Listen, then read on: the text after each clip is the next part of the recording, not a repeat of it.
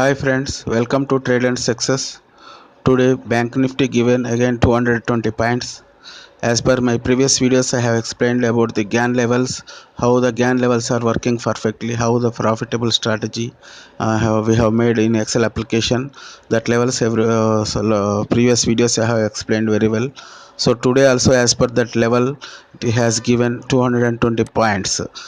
As per the GAN calculation, yesterday Bank Nifty closing price was 25,013.85 Bank Nifty future, and after that this 5 minute candle breakout here 24,920 and closed here also. So as per the strategy, if we take the position, the stop loss is 25,040 because that is buy above as per the GAN level, and the low made 24,705 as per the strategy, and this level has been very much honored by the GAN theory, GAN levels. So 24,705 was the low. So as per this, it has given 220 points.